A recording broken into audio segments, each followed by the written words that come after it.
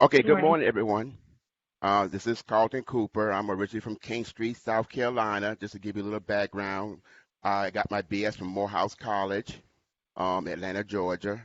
For those who don't know, that's the college that Martin Luther King went to, and as well as Samuel Jackson, Spike Lee. Got my master's in prostate cancer at Clark Atlanta University. Then I got a minority fellowship to Mississippi State University to get my PhD in virology with minor in biochemistry, and then a postdoc at University of Michigan, Comprehensive Cancer Center. And then here I am, University of Delaware, 2002.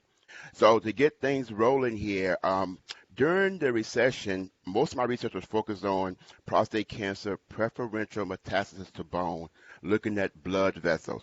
But I was around the time of the recession, I was having a hard time getting funding, and as a lot of us, as we go through those times, we feel depressed, and I was feeling useless. And I throw a really good pity party if anybody want to join me sometime. So I was looking for other ways to use my talent and resources, and I got involved with Beautiful Gate Outreach Center, which is directed by Renee Beeman, who is now the director of State Support Services. And from that, I'm going to tell you what happened. So that's why this presentation is as such. My collaboration through the church with the College of Health Sciences. Okay. Oh, now this thing I want to move. Oops, sorry. All right, now 2010, although I think I started this relationship around 2008, it was 2010 that we got more formal because, as you may be aware, may not be aware, African Americans' enrollment in clinical trial is very disappointing. So, working with the College of Health Science, led by Dean Matt, we were trying to find a way to bring this to the forefront in a predominantly African American congregation, and the church is Bethel African Methodist Episcopal Church, and with Dave Edwards and other people in the College of Health Science, they instruct me how to write a informed consent form, and this is just an example here. And you see my name is there as a contact. And one of the things that we want to address up front, and I leave that for questioning, is we know a lot of African Americans have heard about the Tuskegee trials, and then more recently the Henrietta Lacks story, and they just have a genuine distrust in healthcare providers, particularly when they are not African Americans. So one of the ways I figure we would address that is by bringing UD students and staff from the College of Health Science to a predominantly African American church. Now this thing runs slow. All right. Now, as a result of that consent form and the controls, I'm used to Zoom, so the controls for Blue Jeans are a little different for me, so pardon that. Now, as a result of the health fair that we have been conducting now almost 10 plus years in collaboration with the College of Health Science, we have accumulated a large amount of data. This is just a sample for you to see. And this was taken during 2012, I believe. And the health passport, although based on that we only had 30 people who consented, we actually had about 100 who participated. So there's a difference. There were some that were able to consent, meaning that we could use their data for publication and scholarship. And that's what you're seeing here. When we look at the average age, I actually was responsible for doing the body mass index, um, blood pressure, glucose level, cholesterol, and HDL. And as you can see, just looking at this, my congregation, which consists of close to, I would say, about 1,500 um, members, you see we have a high BMI, our blood pressure, sugar is way high, and that we knew that all along. And then if you break it up by male to female African Americans, just in that congregation, you see that, let me see which one, here it is. BMI as well as blood pressure and sugar are, are high in both genders, seem like with more being in the female gender than the male. So, and this is just a picture of his she retired, Dr. Mary Ann McLean, myself, and one of my students. I always try to get my students involved in this stuff because I teach cancer biology and I teach a class called Race and Health Disparity, and that's the reason why I'm a faculty member, a joint faculty member for Africana Studies. And this is an example of our flyers. I got several of them, but this was the one from last year. Oh, all right, easy, easy. There. Now, the next thing that this resulted into is based on that, I wrote this grant around 2012. This is just a model of my grant here, where my hypothesis was at the time was rigorous and community culture relevant education will recruit African Americans, would increase African American participation in clinical trials. And I actually was trying to do one myself where I wanted to develop cell lines because I'm a cell biologist by training from African American, particularly from bone endothelial cells, where both breast and prostate cancer, which are racial health disparity in the African American population in terms of mortality. Both breast and prostate cancer preferentially metastasize to the bone, for which there's no treatment and is extremely painful and have several what they call skeletal related events. Pardon me one second, I'm so dry.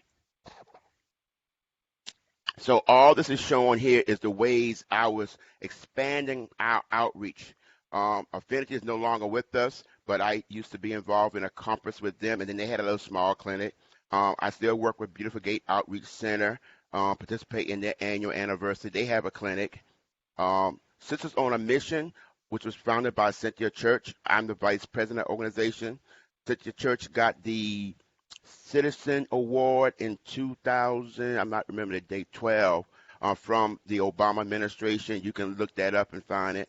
And I don't think First State Prostate is active now, but back then I was going to their group meetings, so I'm going to have to change this a little bit. And the ultimate goal for my research was to try to get them involved in donating bone marrow endothelial cells so that I could establish them.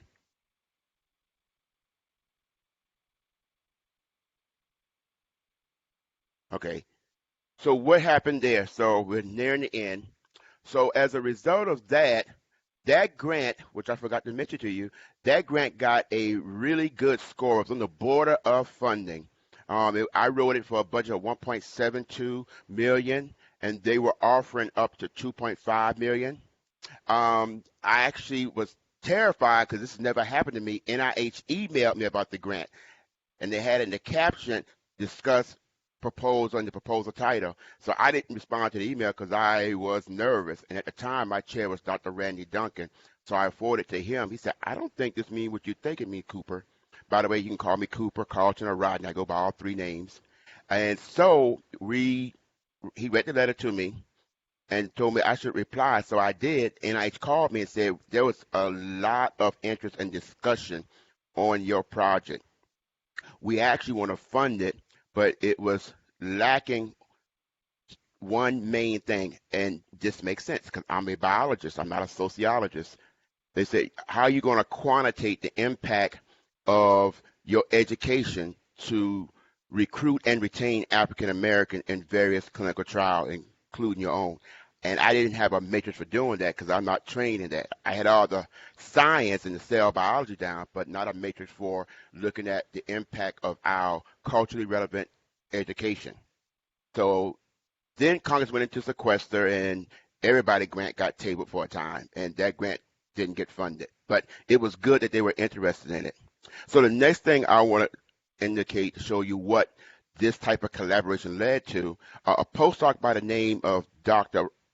Austin Robertson was working for Dr. William Farquhar, who's in the College of Health Science kinesiology. And he contacted me to help him with his trial on blood pressure. So the first thing I had him do, and then this will make sense to you, is I had him come speak to my organization that's chaired by Renee Beeman. And as a result of that, it was a very productive conversation he had at our meeting in Panera on 202. He asked me to contribute or support him as a mentor for his grant. And that's what I'm saying. Being present for small things, that meeting was only like 10 of us, can result in a big and rewarding outcome. He got the grant. This is the letter I wrote, just a snippet, indicating that I would help him recruit a diverse population of patients for his research on racial difference in serum, sodium, and blood pressure regulation. He got the KO1 award, and he transferred it to Auburn University. And that's the next slide. Now, side note here, and hope this will generate some discussion as to why I think it's important to be present and to be aware of the culture. Renee and I started 3 years ago. This is Renee Beeman, for those of you who don't know her. And this was at our flu clinic that we just had Sunday. When we first started the flu clinic, only 12 African Americans participated. And there were all sorts of misinformation. I actually got upset at one of them, and I'll tell you later what I said during the question period. Renee said, Rodney, we need to do some simple education. And she has helped me a lot in terms of translating scientific and medical information into a appetizing platform for our members in the church.